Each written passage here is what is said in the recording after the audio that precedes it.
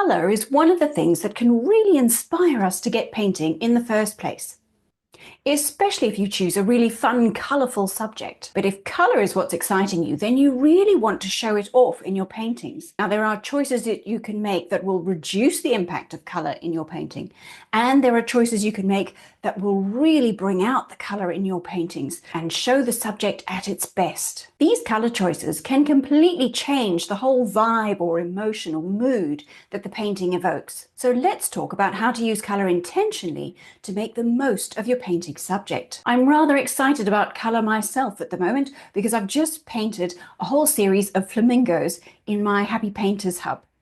Now, flamingos are such a fun subject. The month flew by and I really don't want to stop painting them. Now, I do know that one of the reasons I personally chose flamingos recently is because I have a couple of colours in my paint box that leapt into my mind the minute I saw the photo of a flamingo that I wanted to paint. But you really don't need to have exactly the colour that you see in the reference photo to inspire you. But when I looked at flamingos, I knew that obviously we're looking at, if we look at a colour wheel here, we're looking at colours that fall in this range of yellows, oranges, reds, into this red violet. And these are the colours that I have in my personal palette that I love painting with. I have a colour called Brilliant Red Violet, and I have a translucent orange, and I know that I just love the way those colours look together when they merge in the watercolour washes. Now, when we think of flamingos, we're thinking of pink, and don't forget pink just falls in that red family. Perhaps it's easier if I turn this upside down and show you what I'm talking about here. Remember that pinks fall in this red category. Let's not get all bogged down with colour theory, but what people call this is an analogous colour scheme, because these colours are analogous to one another on this colour wheel. In other words, they're neighbours. Now, what this means is that they naturally have a lot in common with each other. Because they share a common base, there's an inherent harmony when you use them together. You can think of it like neighbours. Because these are close neighbours, they get along together quite effortlessly. A typical analogous colour scheme will use, say, 3 to 5 of these colours. Even with a small number of colours, you find that you've got plenty of range to be able to show the shape, the form of the bird's bodies. But because all the colours are coming from this same section of the colour wheel, there's a natural cohesion in the painting. Let's get out some colours and I'll show you what I mean. So when I thought about painting flamingos, I knew that the base colour I would probably be looking at is something like a pink. And the pink that I have in my palette happens to be this rose madder, and that's a pretty standard sort of pink. But the colours that I knew were really exciting are a little bit further apart on the colour wheel here, but still next to that.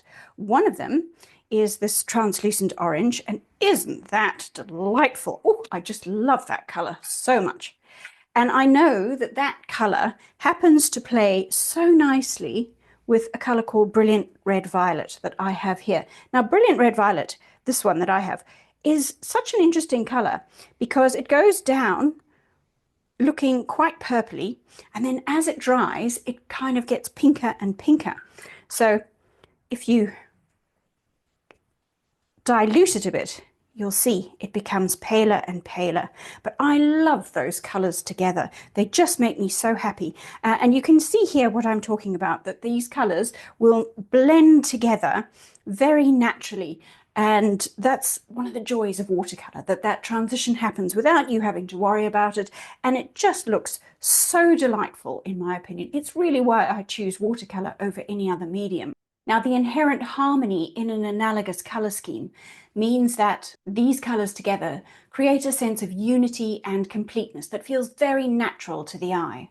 And that's because we see these sort of ranges of colour so often in nature. Think about all those glorious shades of green that you see when you look at a dense forest scene, or perhaps the reds and golds of the leaves of autumn, or the lovely shades of blue that are evident in the sky and the sea when you're staring out at the ocean. Now, if you think of some of those examples I've just listed, most of them give us this real calming, serene feeling.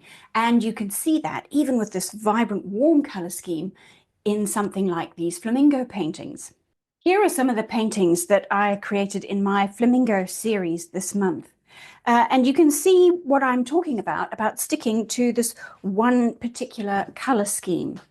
I opted to stick to the same pinks and oranges, even for the background and the water, rather than putting in anything new and contrasting. To me, this gives us a very dreamy, sort of ethereal sense to the whole painting. From what is really a very simple subject, just the little flamingo and then a couple of the delightful watercolor textures and marks that the paint makes almost by itself if you let it. Now, as much as I loved this feel that you get with the Analogous colour scheme, I couldn't help but wonder how different the effect would be if I made the alternate choice, which is to use a contrasting complementary colour scheme. So when I say a complementary colour, I'm talking about the colour that sits opposite, directly opposite on the colour wheel. So for all of our pinks, the colours we're talking about are greens. So I wondered what my pinks would look like if they were sitting opposite green instead of having absolutely no competition and just being their sort of dreamy selves all on their own. Now, these pinks and oranges are delightful by themselves, but when we put a lovely green next to them, it makes them even more vibrant.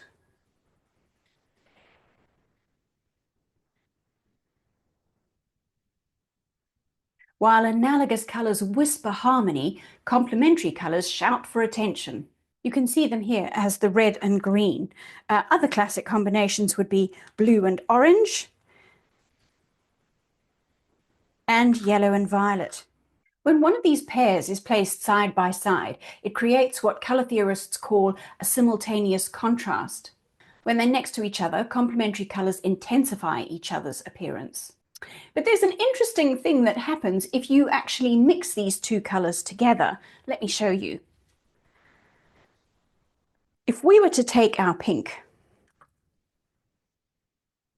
and mix our green directly into it in kind of equal proportion,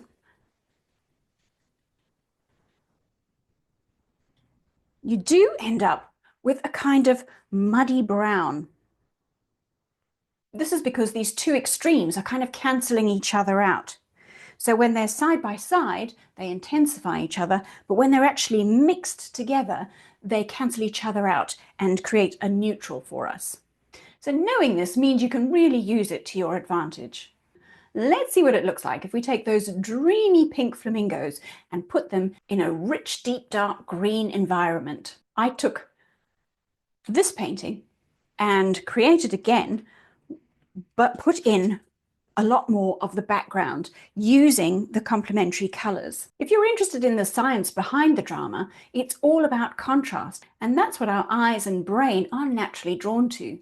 When complementary colours are placed adjacent to one another, our visual perception enhances the vibrancy of both colours. That means the flamingo's warm tones appear even more rosy than they did in the first painting, and the green background gains richness and depth from the contrast. This phenomenon happens because our eyes seek visual equilibrium. When we see a strong colour, our retinas simultaneously generate the complementary colour as an after image. So when we provide the complementary colour directly in the painting, this satisfies that natural response and creates a sense of visual completeness.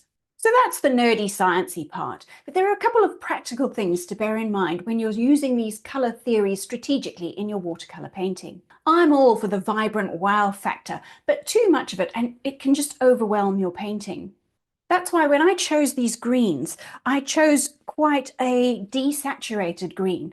When I say desaturated, I mean I'm choosing a green that looks a little bit more muted, a little bit more natural, not something that's a kind of vibrant neon shade of green, because the sort of vibrant neon is what the birds are giving us. So we want something a little bit more contrasting so that they really stand out. So you can either achieve that by, if you've got a more natural kind of olivey green, using that, or if you don't, you can use the idea that we happened upon and just put a tiny touch of the pink into the green and you will have that desaturating effect.